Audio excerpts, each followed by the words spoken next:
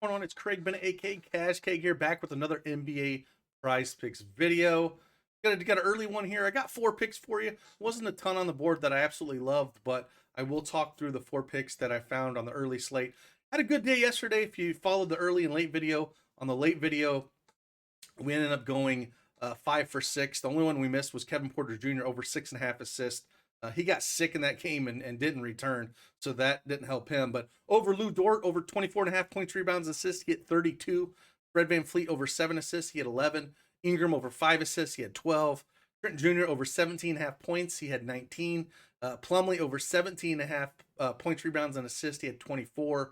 And then the early video, Harden was a scratch.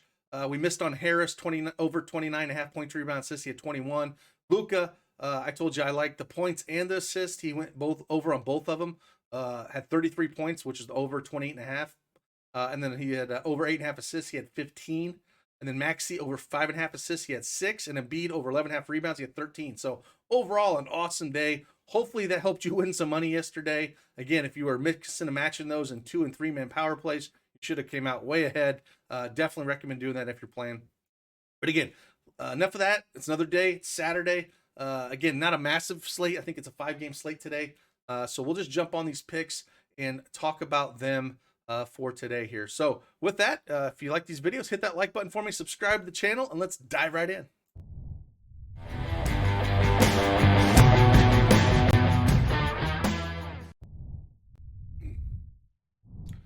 All right, like always, you can see I have the Prizepicks desktop version up here.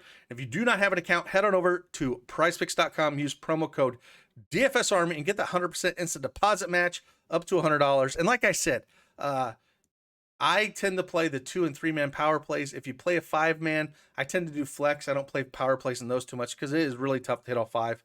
Like yesterday, I mean, we did really well, 5 or 6 in the late, and then hitting 4 or 5 in the early. But again, if you miss that one in a power play that big, it's tough. But if you mix and match them 2 and 3 there, you can have a really, really nice day. So keep that in mind when you're making your choices. Again, today's early card, I don't love it, so I'm just going to throw that out there. Not a whole lot I love. The matchups are kind of bad. The numbers were about spot on, so I'm going to talk through every one of them. But again, I just wanted to throw that out there that it's not my favorite early card that we have here. So first one we're going to go out here is, again, Spencer Dinwiddie over 13.5 points. And again, this is without Bradley Beal here. So, he's been a couple games without Bradley Beal, and he struggled against that game in Milwaukee, which, yes, they kind of shut him down. And he put up 14 points against Philly. Again, shot just absolutely horrible. 4 for 16, 25%. And then he shot 22%, 2 for 9 in that Milwaukee game. But still playing around 31 minutes in those 2 games. But again, without Bradley Beal there, he should have to do more. It's a horrible matchup against, going up against Chris Paul. So it's not one that I absolutely love. But like I said, I don't love this slate. But 13.5 points is pretty low for the volume that he should hit. And if he hits a couple more of these shots, again, shot 25% against Philly and still put up 14 points. He did get to the line, which helps a ton, and made 5 of 6 free throws. So, we're going to throw this play up here just because, again, it's more of a usage thing. Phoenix defense, they are ranked 7th in points allowed and 4th against point guard. So we don't really love it, but it's one of those things where, it's an ugly early slate, and I'm going to look where I think I can find some value, and that's one of them. And I don't mind if you want to take a crack at his over assists at 6.5. Again, in the games without Bradley Beal, he's went over this mark in 7 of the last 10 games. And the last 2, he's went over it with 10 and 9 assists of Philly, Milwaukee. So if you want to take the over and 6.5 assists, again, Phoenix is good defense. They're 3rd in the league with assists allowed. So it's a tough matchup. They're 8-point dogs. It's a hard play, but I'm okay with taking one of those because I think he does it. Maybe if his shot is struggling, we want to lean more on the assists than we do points. But to me, they are too low, even in a tough matchup. It probably should be closer to 7.5, and the points should be probably closer to around 15.5 on points. So I do think there's some value there, even though it's a tough matchup. On the second one, we're going to go still points, and we're going to go as running mate, and we're going to go to Kyle Kuzma, and we're going to go over 19.5 points. Very similar here.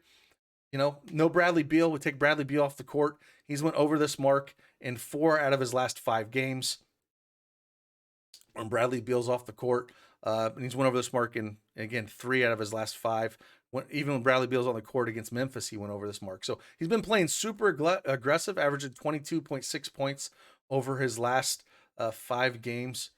So it's, again, the matchup isn't great, but power forward defense, Phoenix is ranked 25th in the league. So I do think, his shots will be open. So maybe you want to take Dinwiddie's assist, and maybe he'll get Kyle Kuzma can hit some of those threes, because he's averaging just around 35 minutes a game, taking quite a bit of threes over these last 2 games, 4 for 6 against Philly and 3 for 8 against Milwaukee. So if he's going to continue to shoot those threes, and they go down, and the field goal attempts have been high too, almost 20 last 2 games as well. Shoot only 53 and 47% from the field, but it's something that I think we can take advantage of, even though in a hard matchup. And that's why I kind of said I don't love this slate, but when we get guys out, we kind of have to look to take advantage of these situations, and so we'll look to go the over on this one as well.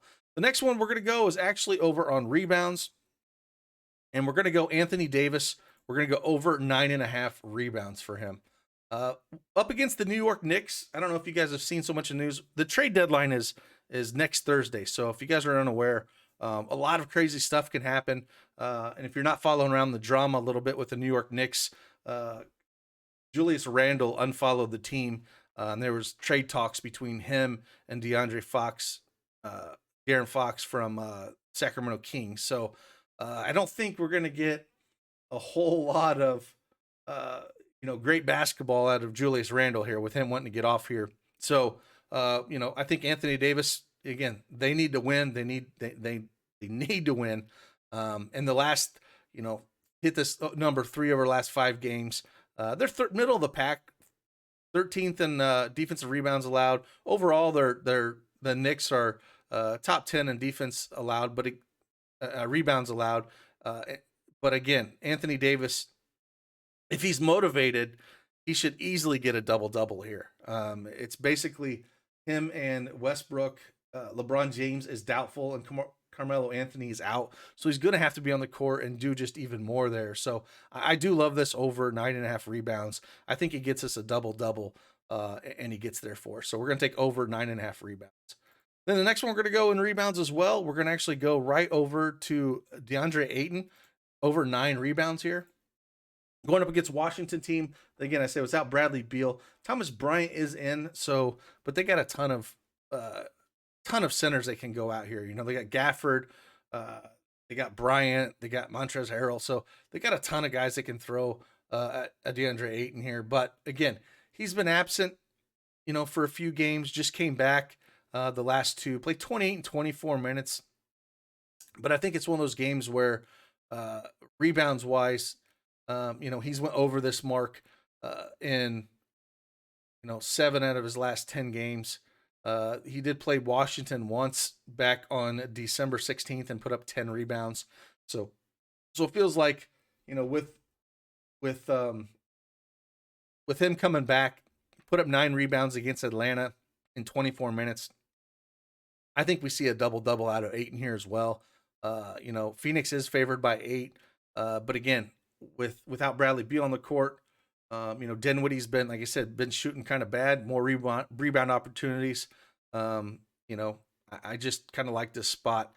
Washington is ranked 18th in rebounds allowed and 12th in defense against center. So I think it's something we can look at, take advantage of here. So like I said, those are the 4 picks that I do like for the early look. I will do another video here later this afternoon as we get more on the card. Again, it looks like it's a total of 6 games today. I think for DraftKings and FanDuel, it's a 5-game slate probably. They'll take the early one off, the Memphis or Orlando. But, a few more games we can look at. They're waiting on injury consideration, especially for Portland with all those guys that coming in like Winslow, Bledsoe. So there should be some better plays on the board in the afternoon video. But again, want to get something out early for you guys if you want to dig into this more or tail these picks. But again, the 4 that we're going to go here is over Spencer Dinwiddie, 13.5 points or 6.5 rebounds. Kyle Kuzma over 19.5 points. Anthony Davis over 9.5 rebounds, or Deandre Ayton over 9 rebounds. So with that, enjoy your Saturday, and I will be back here in a couple hours and pop out another video. So See you on the flip side. Deuces.